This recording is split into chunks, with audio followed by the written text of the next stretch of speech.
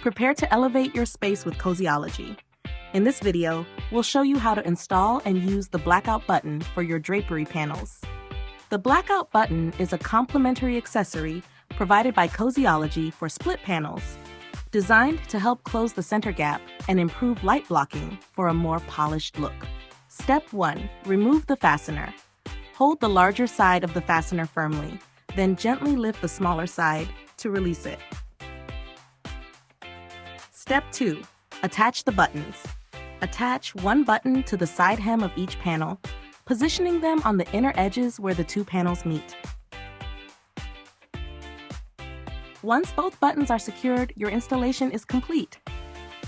You can also refer to the instruction card included with your order for a quick guide.